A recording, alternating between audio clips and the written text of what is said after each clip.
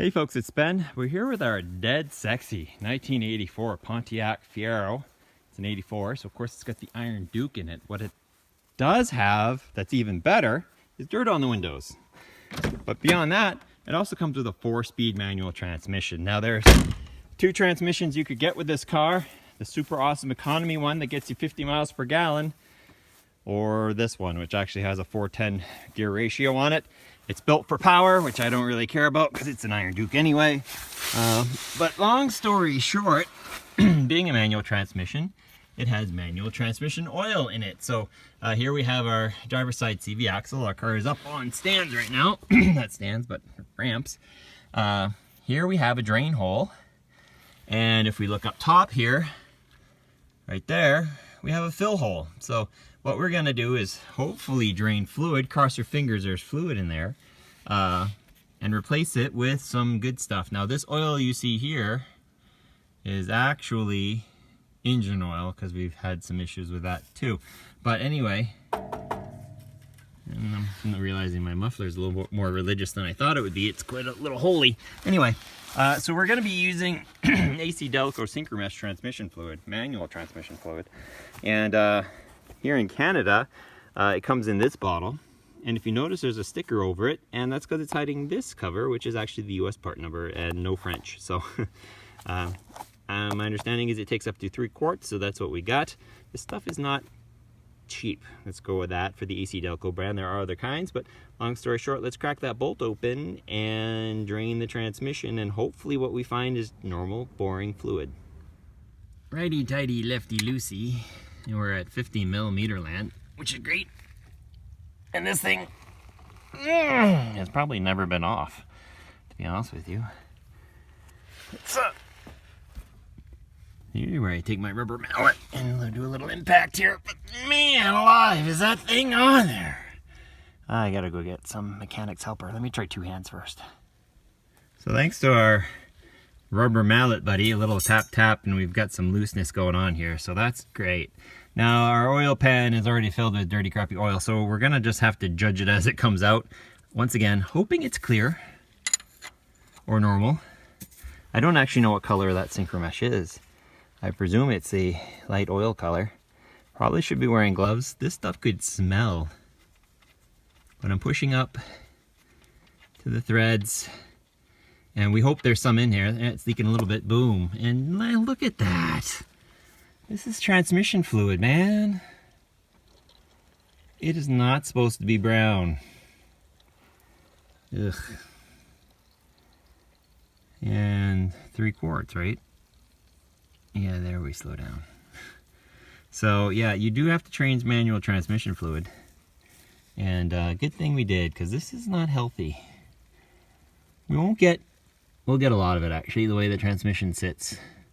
There'll be just a little bit in the bottom, but it'll be 8 times better than what it was. So I'm gonna go grab a rag, we'll put this one back in, and then we'll go open up the top one and use a super long funnel and hopefully fill her up.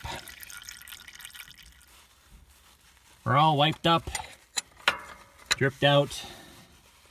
That's nice and snug again, but not like holy crap. So that was gross. Let's take a look at this on the bench. Comes out fairly clear in the video. There's some black streaks, and that's just from the old pan, but this stuff is like chocolate. And the thing is, does it have any viscosity left in it? There's a little. It's a little slippery, so it's not like awful, but we're glad we got it out. Let's go with that. For a car having 77,000 miles, this, I have no doubt, is the factory fluid. So let's go back on top of the transmission and pop that other drain out, which is actually the fill, and put some fresh stuff in. We'll see what the new stuff looks like. So on top of the motor looking down, the actual best fill hole is to take the VSS off.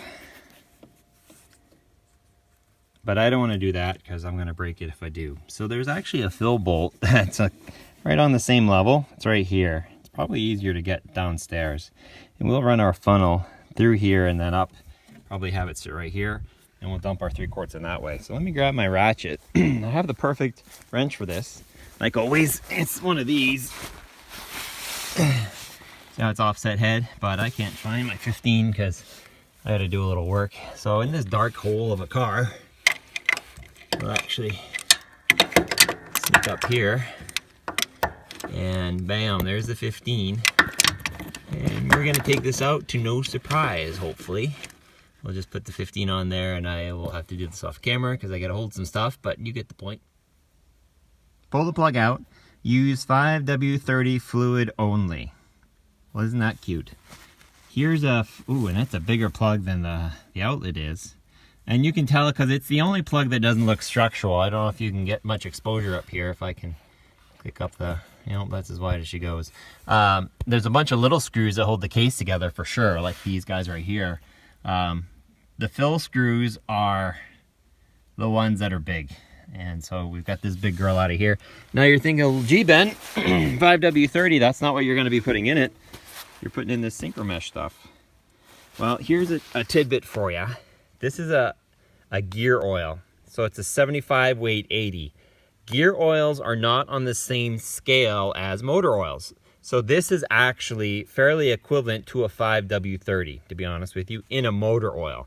But this isn't motor oil, it's gear oil. So it's a different scale, different rating. So this is actually, because if you shake it, the stuff's pretty thin, right? So knowing that gear oils and motor oils have different scales of weight, so you can't just, you know, they're not par. So a 5W30, which the button recommends, is actually more a 75 weight 80 in a gear oil, which is what we have here. So let's take my funnel, which had been full of seafoam.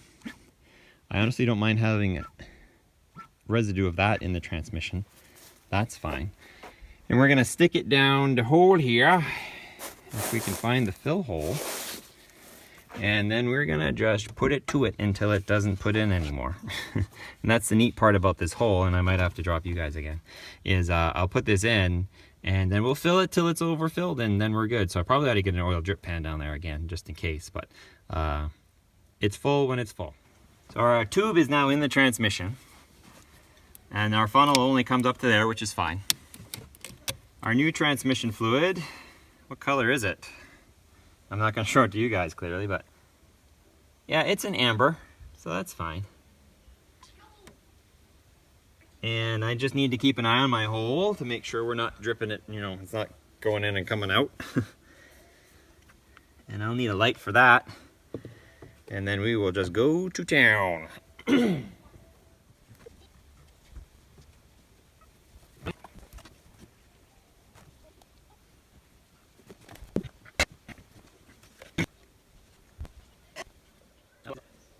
Perfect, we're getting a little bit to spill out, which means we are full.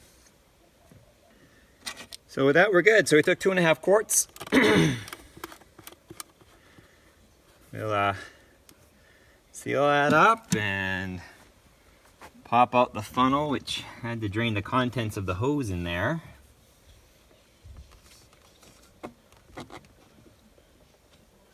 That's why I put the catch pan underneath us. Now to return the bolt to service, and we will have changed the fluid, and that's pretty awesome.